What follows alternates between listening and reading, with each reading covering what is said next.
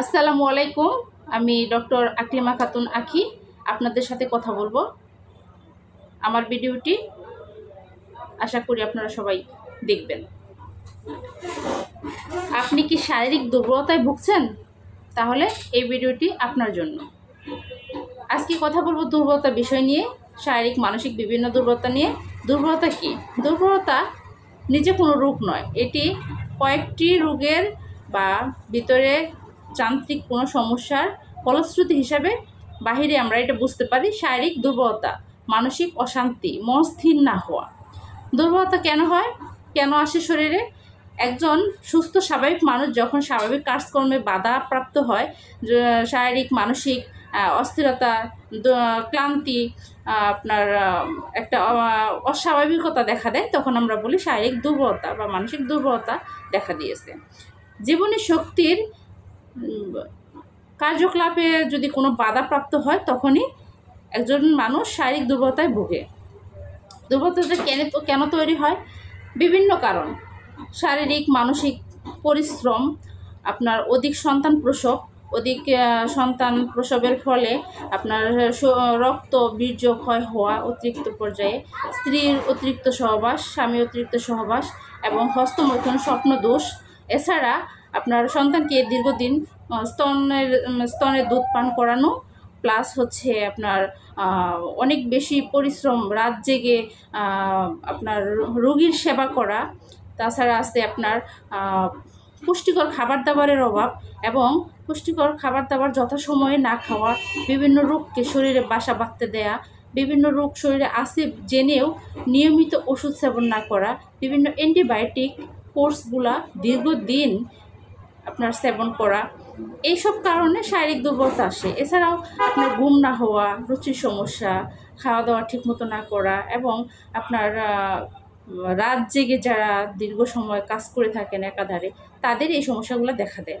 এই সমস্যাগুলো দেখা দেওয়ার ফলে আপনি কি করতে হবে, কি করবেন? আপনি টেনশন করতেছেন? টেনশনে কোনো কিছু না। এটা আপনার নিয়মিত একটু ডাক্তারের সাজেশন মেনে জীবনযাত্রা চালালে অবশ্যই এই সমস্যাগুলো ঠিক হয়ে যায়। সেক্ষেত্রে আপনি কি করবেন? আমি বলবো, দুর্বলতা এটা কোনো রোগ না, আমি শুরুতেই বলছি, এটা আসলে একটা মানসিক একটা অশান্তি, শারীরিক মানসিক একটা স্বাভাবিক ক্রিয়াকলাপের বাধা আর কি। এই সমস্যাটা দ্রুত সমাধান করা যায় হোমিওপ্যাথি বিভিন্ন ট্রিটমেন্টের আওতায় এসে। বিভিন্ন মেডিসিন আছে, এটা লক্ষণ ভেদে আপনার শারীরিক মানসিক কষ্টগুলো জেনে লক্ষণ অনুসারে ওষুধ প্রয়োগ করলে অবশ্যই এই সমস্যা সেরে যায়। তো এবার আসি কিছু হোমিওপ্যাথিক মেডিসিন সম্পর্কে কথা বলার জন্য। আপনারা জেনে নিন যে কী ধরনের ওষুধগুলা এই শারীরিক দুর্বলতায় কাজ করে থাকে। আমি প্রথমত যে মেডিসিনটির কথা আপনাদের সাথে শেয়ার করব, সেই মেডিসিনটি হচ্ছে আলফালফা কিউ।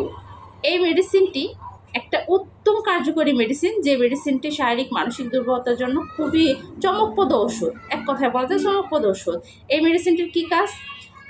আপনার শারীরিক মানসিক যে ক্লান্তি, এটা দূর করবে, প্লাস হচ্ছে হজম শক্তি বাড়াবে, ক্ষুধা বাড়াবে, খাবার যে একটা স্বাভাবিক অরুচি দেখা দেয়, সেই রুচিটা ফিরিয়ে আনবে, ঘুম ক্লিয়ার হবে।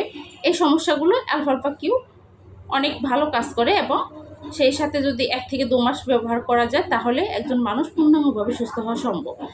অবশ্যই লক্ষণ অনুসারে এই ওষুধগুলো সেবন করতে হবে। দ্বিতীয়ত যে মেডিসিনের কথা বলবো, চায়না কিউ। যারা আমি দুর্বলতার অনেকগুলো কারণ উল্লেখ করেছিলাম, সেখানে ছিল আপনার বীর্য ক্ষয় করে যারা স্বপ্নদোষে ভুগে, যারা অনেক বেশি স্ত্রী সহবাসে লিপ্ত থাকে, তাদের কিন্তু একটা শারীরিক দুর্বলতা আসে। সেই দুর্বলতা কাটানোর জন্য যারা বিভিন্ন রক্ত ক্ষয় হয়, যেমন অপারেশন করলে অনেক রক্ত যায়, তারপরে অ্যাক্সিডেন্টের পরে পেশেন্টের অনেক ব্লিডিং হয়, সেক্ষেত্রে এই সব দুর্বলতার জন্য যে মেডিসিনটি খুব কার্যকরী, সেই মেডিসিনটি হলো চায়না কিউ। এই মেডিসিনটি আপনার এক মাস যদি একটা রোগী সেবন করে, তাহলে তার রক্ত স্বল্পতা সহ যে দুর্বলতাগুলো থাকে, এই দুর্বলতাগুলো কেটে যাবে। তারপর আমি একটা মেডিসিনের কথা বলবো। তৃতীয়ত যে মেডিসিনটি, সেই মেডিসিনটি হলো অ্যালস্টোনিয়া কিউ। এই মেডিসিনটি বিভিন্ন রোগ ভোগের পরে স্বাভাবিক একটা দুর্বলতা শরীরে চলে আসে, বিভিন্ন রোগ শরীরে আছে, আপনি সেই রোগ থেকে কাটিয়ে ওঠার পরে দুর্বলতা কাটতেই চায় না। এই লক্ষণটার জন্য অ্যালস্টোনিয়া কিউ একেবারে পারফেক্ট একটা ওষুধ।